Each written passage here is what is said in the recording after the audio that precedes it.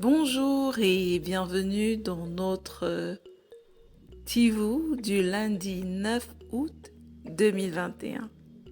Notre dévotionnel pour les jeunes, écrit par le pasteur Chris Oyakilome et offert par les vérités de l'Évangile. Le thème de ce matin est la récompense de prophète. Comment t'adresses-tu à ton homme de Dieu? La Bible nous dit dans Matthieu 10 au verset 40 et 41, « Celui qui vous reçoit, me reçoit, et celui qui me reçoit, reçoit celui qui m'a envoyé. Celui qui reçoit un prophète en qualité de prophète, recevra une récompense de prophète. » Lorsque tu t'adresses à ton pasteur, qui se nomme par exemple Tim, en tant que pasteur Tim, l'onction pastorale qui repose sur sa vie commence à fonctionner pour toi. Tout simplement parce que tu reconnais cette onction et que tu t'adresses à lui comme tel.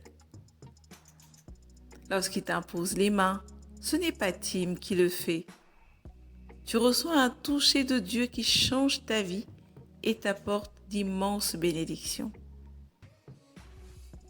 Si par exemple, une congrégation appelle son pasteur par son prénom et développe une relation avec lui sans avoir conscience de son onction pastorale, la parole de Dieu qu'il leur apporte ne leur sera d'aucune utilité. Car il y a une grande différence entre frère Tim et pasteur Tim.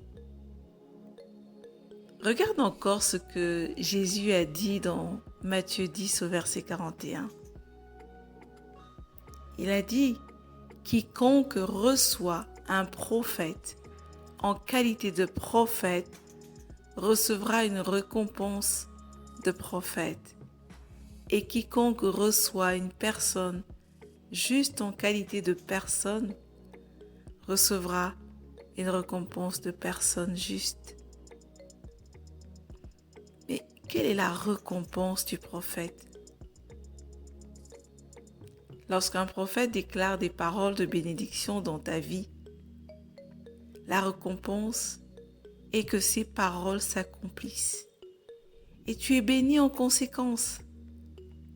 Si un homme de Dieu te dit que Dieu te bénisse, tu es effectivement béni. Toutefois, cela ne se produit pas juste parce que c'est un homme de Dieu. Cela se produit parce que tu l'as reçu en tant qu'homme de Dieu.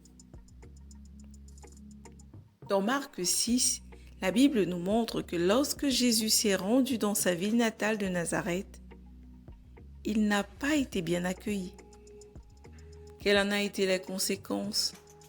Sa bénédiction n'est pas restée avec eux.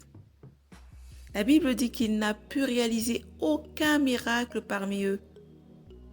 Non pas parce que sa puissance a failli, mais parce qu'ils ne l'ont pas reçu en tant que prophète.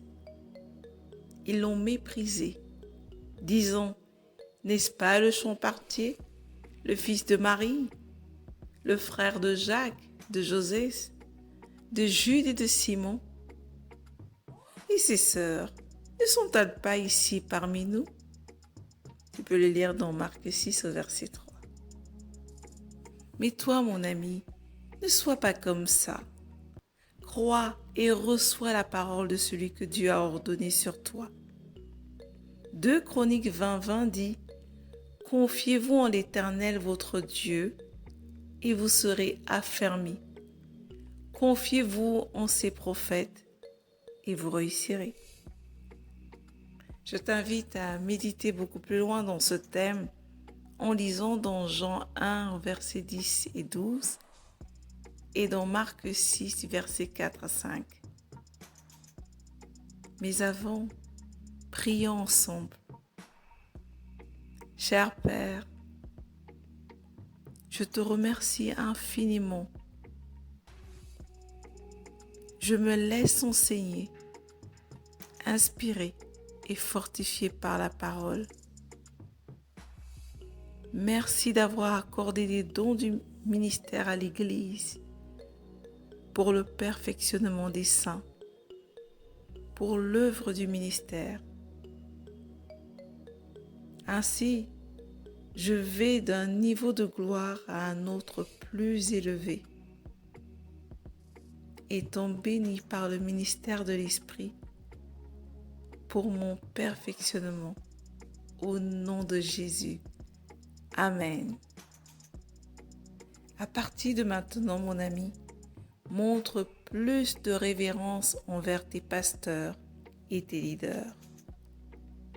À demain.